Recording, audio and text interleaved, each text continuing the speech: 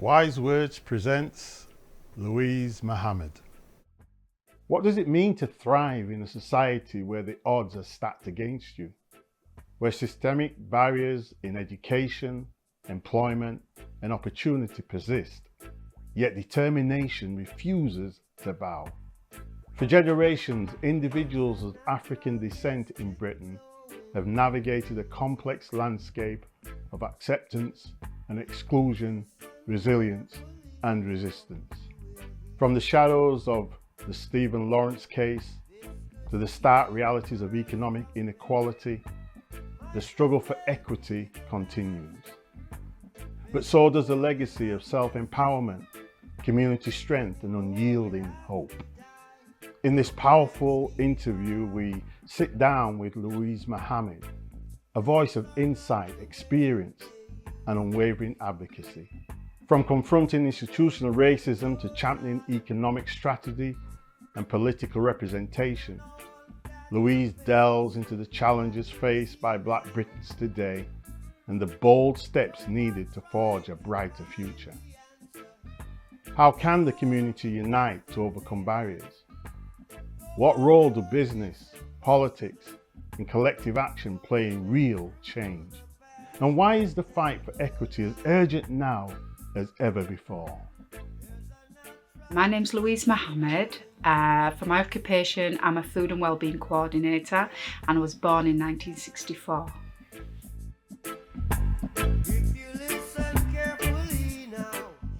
Well, if I'm given a free rein to describe my identity, I would usually describe it of African descent.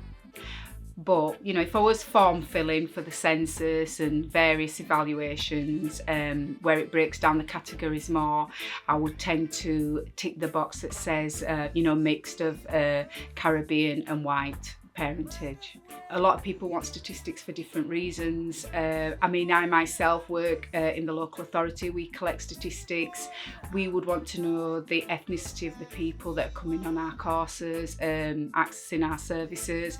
And the main reason why you want to know that is to see if there's any gaps, if there are members of the community that are not accessing services. So I do understand sometimes why people have to categorise further, hence why I said if I'm given a free rein to identify myself, I would say I'm of African descent.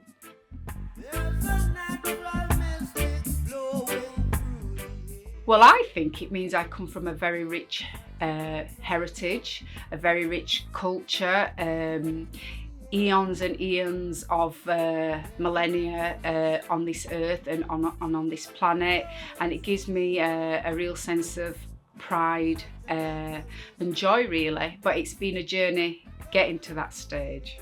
I think as an adult, being able to say that I'm of African descent is a really great feeling, but it's been a journey, to get to this point, to be able to say that with confidence and conviction. If you'd have asked me as a child if I was of African descent or whether I attributed anything positive to that, you would have probably got a very different answer. But I think it feels great, and I feel really blessed to know that I've got African heritage flowing through my veins and through my blood. I just think it's a real blessing.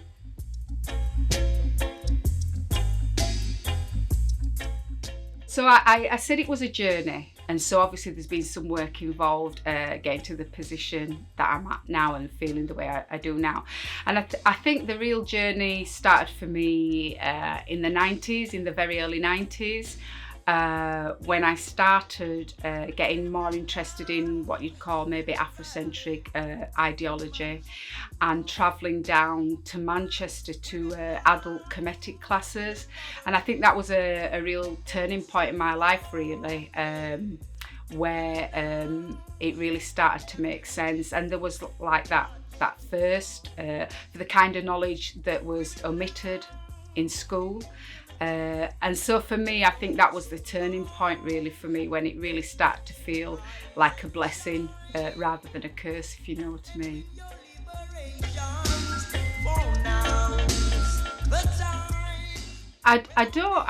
I don't think on the whole, I don't think the British education system has worked for people of African descent or is working for people of African descent. When I was at school, I didn't see anything that represented me in the curriculum.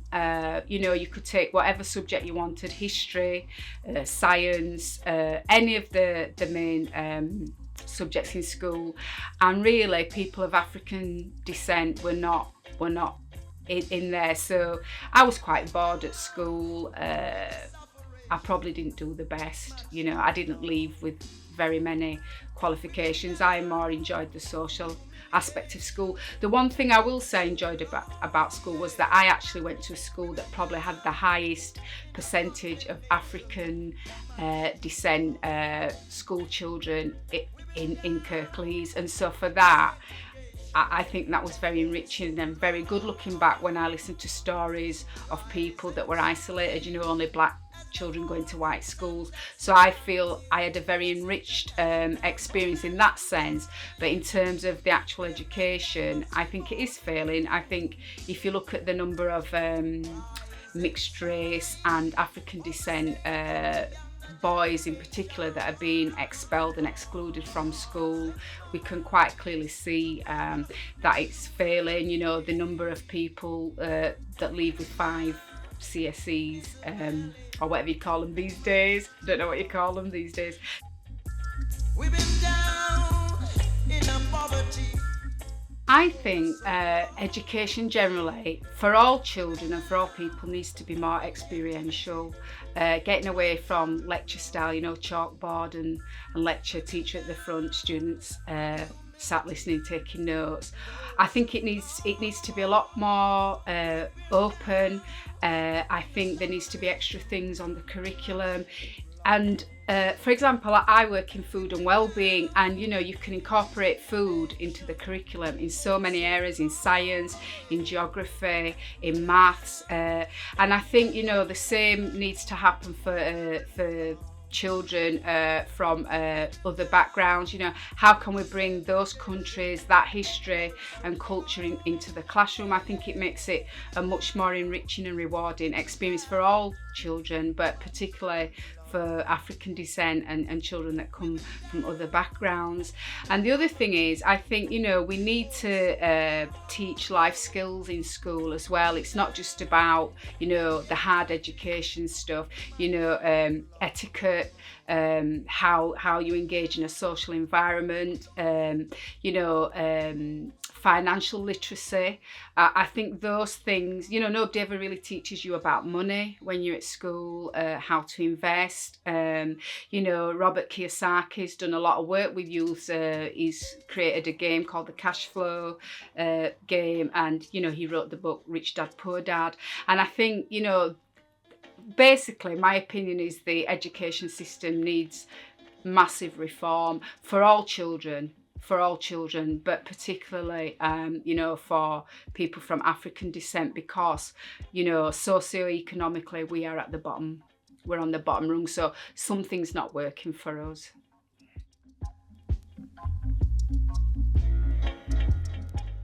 Thinking back when I was at school, I think there was one teacher, what you'd call, was from an ethnic minority background.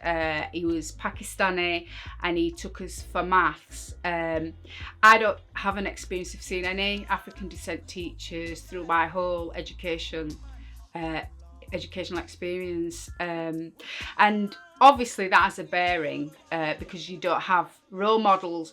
But if I was to look at it objectively, if you've got African descent teachers still teaching a Eurocentric curriculum, does that help us in the long run? Yes, there's a teacher stood at the front that looks like you can identify with, and I'm not saying there are no benefits to that, but at the end of the day, if coming out with 5 A to C grades and going on to the world to conquer the world is what you're after, and you've got a Eurocentric curriculum and education, I still think it needs reform. But I'm not against, more people of colour and African descent getting into education, certainly. But certainly if they can bring who they are to that, it would be more enriching.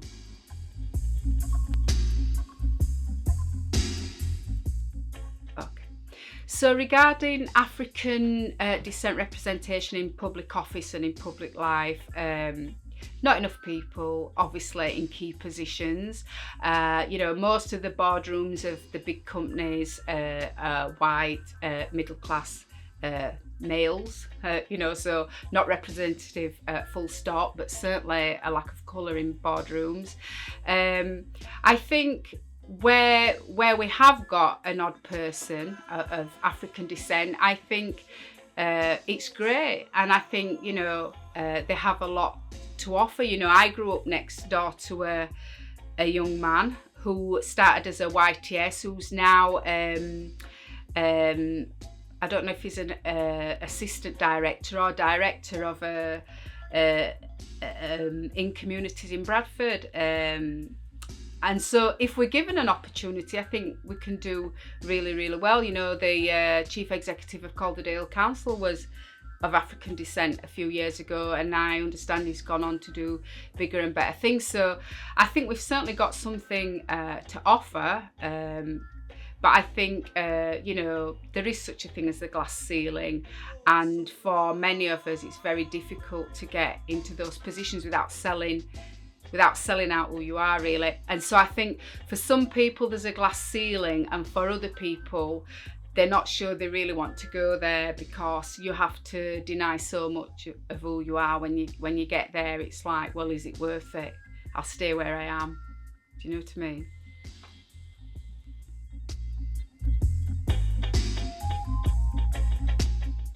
If I was to answer the question, am I accepted here as much as I accept being here? I actually like living here. I guess I've got nothing to compare it to. I've been born and bred here, but I quite like being in Britain. I can think of worse places to be. I think I have a right to be here.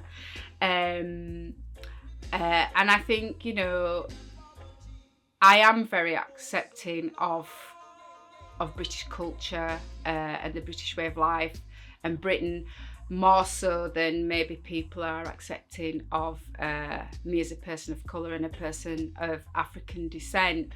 And I say that in a collective way, not just my own personal experience, because obviously I'm of a lighter hue, and for those of us that are well read, we know sometimes people with a lighter hue are more socially accepted, allowed to get into certain positions, maybe not seen quite as threatening, because we're mixed parentage and things. So, I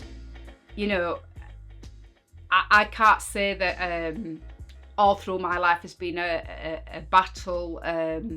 But I'm aware of, as a group of people, that the racism that we've faced and the discrimination and things like that. And I do have odd instances that I can draw upon.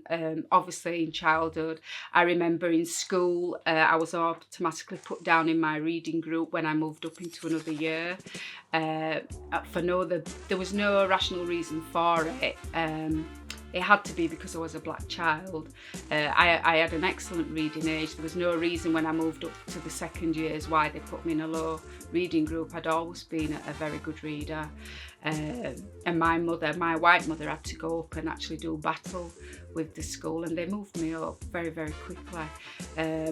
But so I do have an understanding where it has impacted on me in my life, but it's not been a constant battle. But I think from the group that I come from, and certainly my father and people around me, it's been a constant battle, and I'm aware of that, and I fight those battles.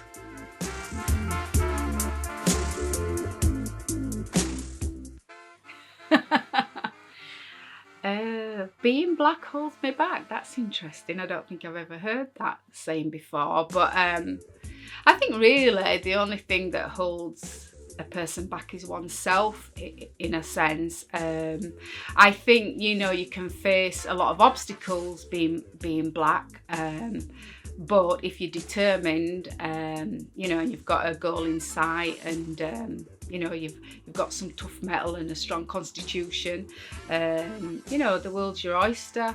But yeah, you know, I do believe sometimes you've got to be 2 or 3 times better. You've got to be 2 or 3 times stronger, and you've got to be single-minded, really, because it can be very, very discouraging at times, and I can understand why a lot of people give up. I can.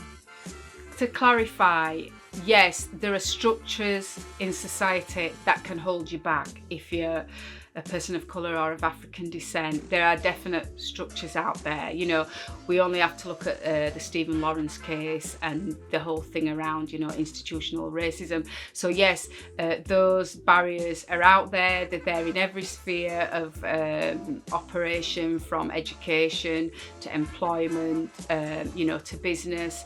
They're definitely out there, and it can make it a lot harder for you as a person of African descent. If we look at business, we know that access to finance is much harder if you're from a minority community. The loan acceptance, you know, the refusals for loans are higher, and business failure, you know, business startups and failures are higher. So we know, you know, in education, the barriers are there. We've touched on those before. If we look at the criminal justice system, you know, if you're a black male, you're more likely to be stopped and searched. You know, we've got the rising in what can only be called police brutality towards black males, you know, increasing. So yes, there is a lot out there to stop us, and there's a lot of forces and structures against us, and you know, you have to be made of strong stuff, really, to keep going and navigating it and getting to where you want to go. Because for some people, nothing's going to stop them. You know, they're so single-minded that nothing's going to stop them. But for others, there's so many barriers in way that it just knocks your spirit, doesn't it? And that eventually you give up, or you just don't care anymore, you turn to drugs or whatever it is you do.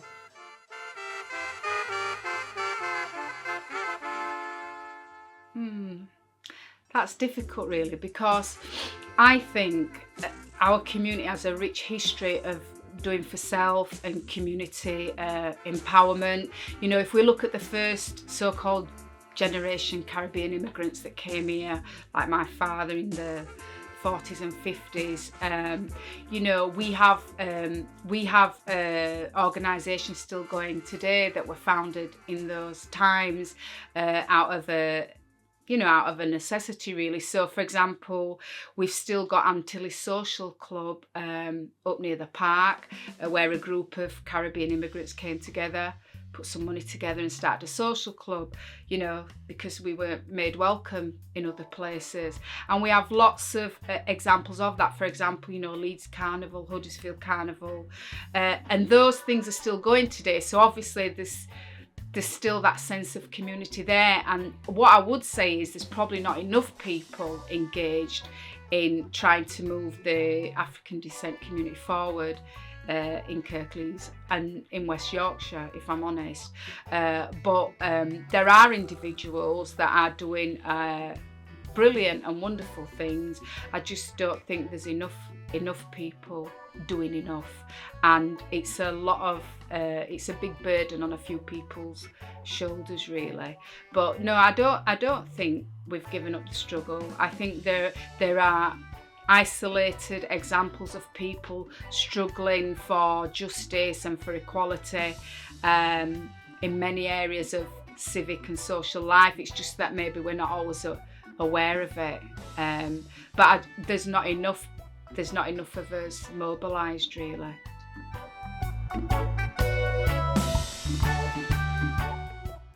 I think the youth do understand the struggle that we've got to a degree today, just by the fact a lot of them are so disenfranchised. You know, I was reading recently that the percentage of youth in employment in the black community nationally is it's so high, it's frightening, and so, you know, our youth are not stupid. They know that their chances of getting employment and good jobs and living in nice neighbourhoods and having decent incomes of things are stacked against them. I think so. I do think the next generation are aware of the issues and the struggle. What I think maybe they lack is right guidance and leadership, and maybe not really knowing how to mobilise for change in an effective and structured way. But I do think they're aware. I do think there's a degree of instant gratification in the youth. They want everything now. They want a nice house, they want a nice car, they want money, they want everything now, instantly. But that's the culture that we live in. But I do think they're aware, and again, I do think we have odd youth that are doing things. Again, not enough of them, but we do have people out there that are doing youth work and doing things. So yeah, there's not enough in the struggle, and we're not organised. We're not politically organised. Although I'm not saying that all my faith is in politics, but it's an avenue. It's part of a strategy. It's not the overall strategy, but it's part of a strategy. And I think, as I've alluded to, there are isolated individuals doing things, but there's no collective strategy, if you know what I mean. So there's not enough people doing enough, and those of us that are doing something, we're probably not doing it in an organised and coordinated way. So the effect is minimal, really.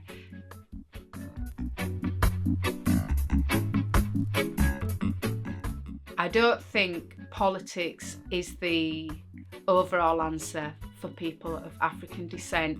However, it can't hurt to have some representation from the African descent community, and I'm really happy that one of our members of our community has recently been successful in getting a councillor position. But the reason I'm cautious is because if we just have to keep the status quo, we've waited a long time for that representation, and I think there are a lot of hopes and dreams hung on what somebody in political office can or can't do. And if we look at the example of President Obama, I think Black people in America had great aspirations and hopes for what he would do for them, in terms of inequalities and things like that. And what we've seen is really his hands are tied. And so I think if we put all our eggs in one basket, and if we think politics is the answer to all our maladies, I think we're going to be very, very disappointed. But I do think we deserve to have some African descent political representation. We've been in this community long enough. We pay our taxes. And I think the thing is, we do have ideas and solutions to contribute. I think that's what everybody seems to overlook, that we've got solutions and we've got ideas, we've got creativity, and we can bring that to the table. Everybody seems to see us as a problem rather than a solution, but we live here, we know what our communities need, and we are best placed to serve our communities in many instances. So it's only right that we have political and public office, but I think that we need lots of other things as well. It's only part of a strategy.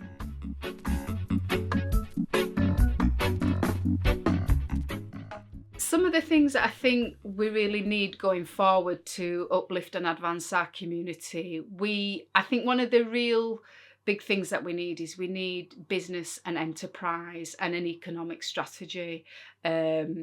I think that is one of the biggest challenges, really, because if we look at the number of African descent businesses, there are very, very few. And even the few that we do have are concentrated in very narrow areas. And that's not to be disrespectful at all, but mainly in food, hairdressing, and things like that, really. That mainly pertain to our community, and there's nothing wrong with that. But if we were to look at how the Asian community have approached business, they tend to go into areas that all peoples need, so They have mobile phone shops, they have accountancy firms, they have car dealerships, and we do have an African descent car dealership, and that's great, but I think we've only got one, or only one well-established one. So I think we need to diversify. But I think, there are challenges there, as we said, access to finance and things like that tend to go against us. And that's where I think the mobilisation and coordination is really important. 5 people putting resources together to start a business has got a much better chance of getting off the ground with less risk than one person. If 20 people can invest £20,000 in a business venture, that's got to be a better strategy than one person trying to find 100,000 to start a business. And we do have examples around the country where this has worked. I myself have invested for almost 8 years in a African descent initiative in Nottingham, where investors pledge a certain amount of money every month by standing order, and that money is used to generate small business startups. So there are models, but most people don't engage in those practices because of trust or, as I said, instant gratification, wanting material things and not looking at the long term. And really, we have to start thinking differently. We have to invest a little bit for tomorrow. And if lots of us do that, then the pinch is not as hard.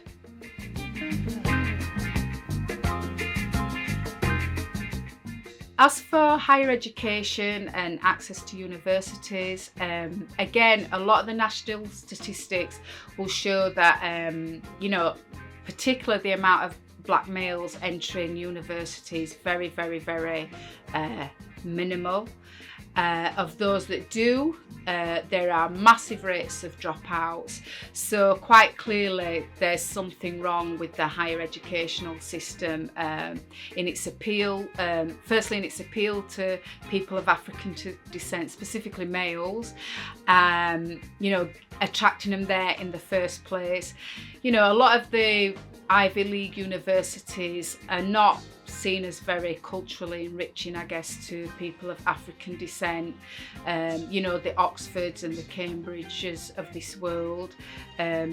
Maybe access programs. I remember years ago we did a Black Access program to Oxford University where we took a coach load of African descent children down that were getting to the stage where they were maybe going to be finishing school and going to do their A-levels, and we took them down for the day. It used to be an annual thing to have a look round Oxford University, and it was in partnership with some African descent students there that had set this initiative up, encouraging would-be students to come and have a look at what it'd be like. And I think, universities, I don't know if things like that still happen, but I think, universities need to do more outreach. And then they need to make universities more inclusive. I'm studying at the moment, and I go in to use the facilities at Huddersfield University, and the amount of overseas students and people of colour that I see there is very, very encouraging. I walked through recently and they were having a cultural day for, I think it was Asia. So, there was the Malaysian Student Society and all the other various geographical areas from that part of the world. And I thought that was great. Actually, and they did used to have an African Caribbean Student Society. Don't know if they still do, but I think things like that are very needed and necessary at higher educational level. But I think the access programs are really good, where students can go in and have a look, talk to African descent students that are already there and studying there, and looking at their figures for dropouts. Why are the dropouts so high?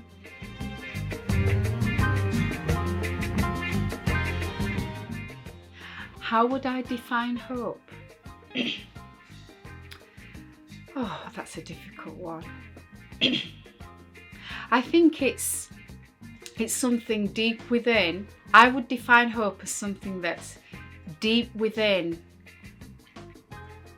for something not seen, but a kind of faith and conviction that one day, maybe in the future, in your time or not in your time, that it would come to fruition. Yeah, that's how I define hope. It's a difficult one, really, because, you know, many of us hope for many things. Yeah, it's a difficult one, that. That's good.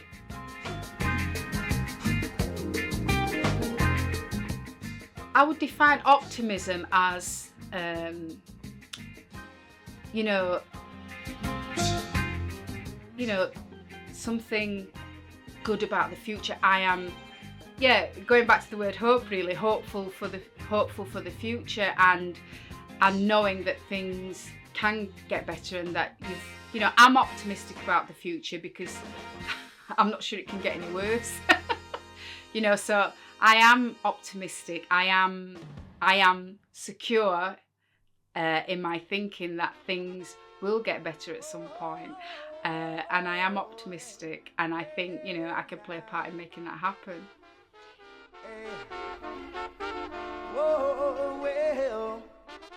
I would say I'm more optimistic than hopeful, because I think for the future of the African descent. I would say I'm more optimistic than hopeful for the future of the African descent community, because I think optimism is more, it's more proactive. Hopeful could be a little bit more laid back and sedentary. Well, I hope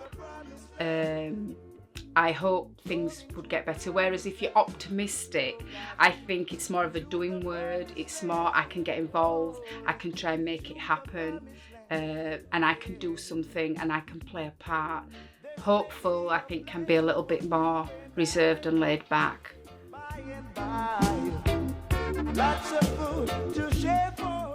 So maybe the historians in 30 years' time, looking back at people of African descent in Britain, would say maybe we haven't seized the moment, and we haven't learnt the critical lessons from history. I think that's why history is such a great subject, because it rewards our research. It helps to look at what has been, where to navigate, where to stay away from. And I think we haven't really learned the lessons of history. We keep repeating them. And I think that's what historians may look back and say about this critical time in the world, really, not just in Kirklees or in Britain. But I think, we can seize the moment, but will we? Will we?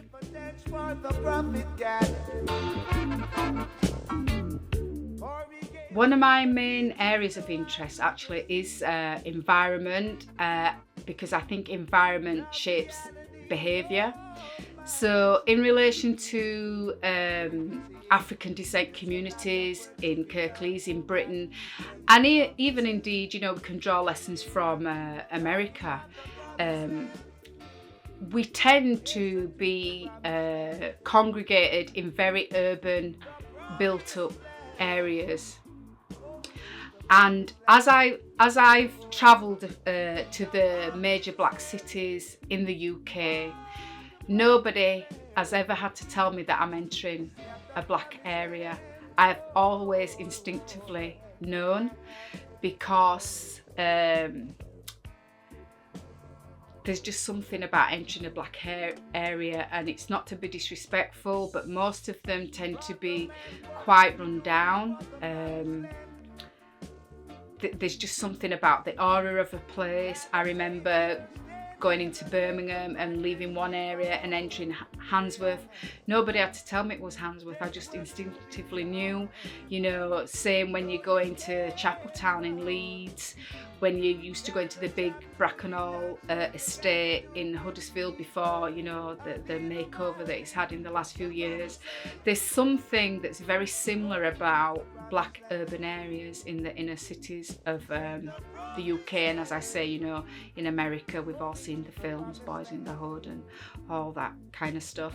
And in one sense, I think it's very enriching when there are lots of you that live together in a certain area. In fact, I have chosen to live in an area where there are quite a lot of us from African descent, and that's my preference, and I find that very enriching.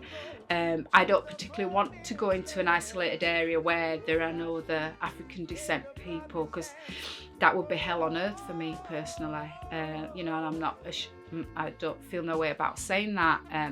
I want to see people every day when I'm out about conducting business that look like me and reflect, you know, my history and culture.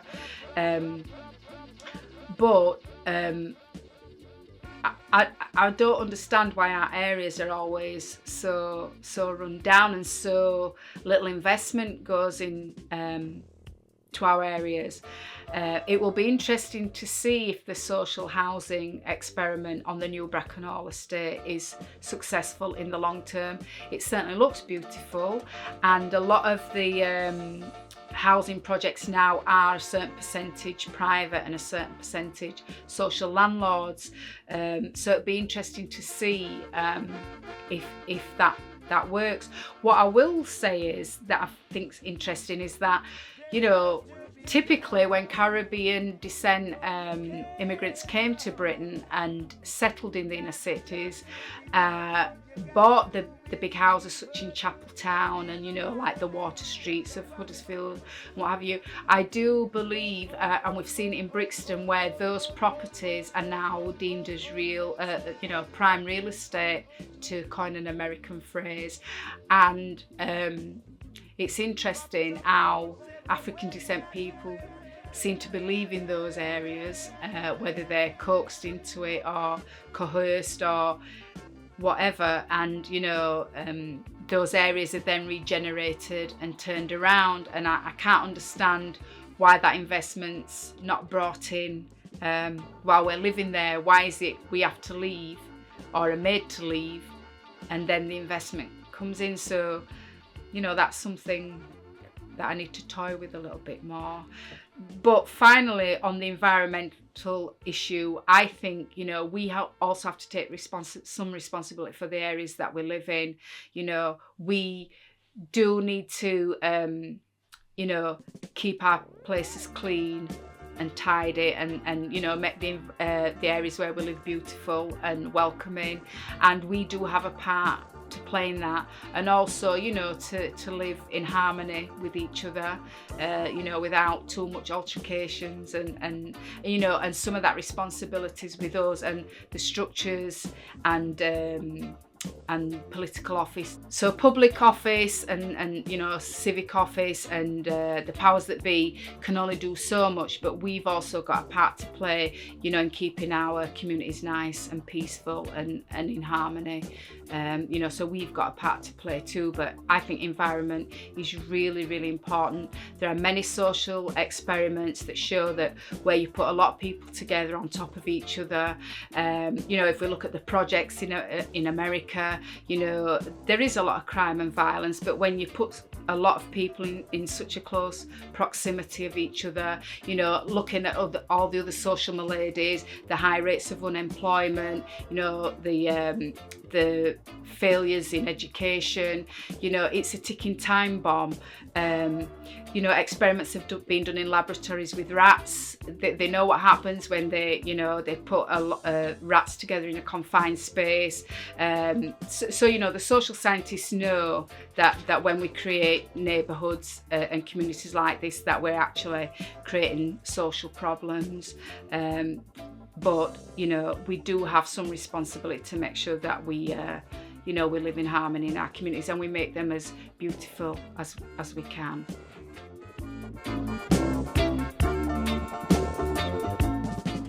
In terms of my identity, I think one of the fundamental things that I've done is I've actually changed my surname. My surname, I'm on my third surname. So obviously I had my maiden name, which was my father's surname. I had a married name. And then when I got divorced, I actually changed my name by depot to Muhammad. And the reason for that was it was ancestral and it was political. And it was a spiritual decision as well. Obviously, as I started my journey into Kemetic history in the early 90s and more moving on the Afrocentric circuit, I really took a disliking to the name that I was carrying. I read the autobiography of Malcolm X and I had a deeper understanding of why we carry the names that we do in the Western Hemisphere.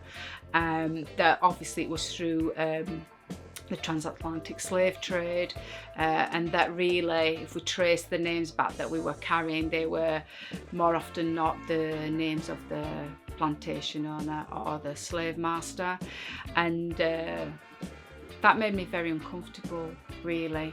And you know, most of our life is governed, and some people would argue we don't have a lot of choices in life, but you know, I did have a choice about the name that I carried, and you know, there are the structures in place to actually make those changes. And myself and a few of the friends in the late 90s all took that journey together. There were about 5 of us at the time that actually made that decision to change our surnames. And I think it's one of the most, it's quite a radical thing to do, because, you know, how's your family gonna feel about it? You know, for me, it meant me carrying a different surname to my son. And obviously, I worked in a very white institution at the time I changed my name. And, you know, I actually went in and explained one day that I changed my name in a team meeting. And I got a very positive response. Actually, nobody had a problem with it. And I think the people that have the most problem are people from your own community. And that's what's quite interesting. That's what makes me think part of our solution is us waking up really and not being worried about what the establishment thinks about what we do. You know, we're always trying to appease the establishment when most of them don't really care. And most of the battles that I've had are sometimes within my own community, you know, having to justify why you're interested in Afrocentricity, why have you changed your name, why do you wear those clothes, why do you wear those symbols? And most of those questions come from people within my own community, not outside of it. And even people outside of the community, if they were to ask those questions and you were to articulate why, they're very okay with it, most of them.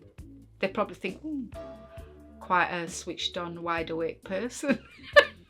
You know, but the battles really are a lot of the time are with people from your own community, and that's what's so sad.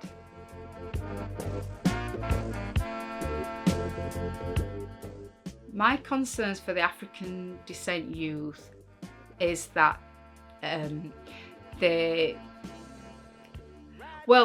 think they're angry. A lot of them are angry, and rightly so. But my biggest concern is this whole idea about instant gratification and wanting everything now, and short-sightedness. You know, I often sit down and think, what was I like when I was 19? What was I like when I was 21? And, you know, in some respects, you know, some of my behaviour and outlook on life might be very similar to some of the young people now, but I don't think that I was so into instant gratification like they are today. I think technology is a great thing, but I also think it's become a major distraction for the youth. That's one of the biggest things that worries me, is technology. What are we using it for? Are we using it to better ourselves and to advance ourselves individually or as a collective? And I think for most of us, it's become a distraction, technology. You know, if we look at social media, there's so much power there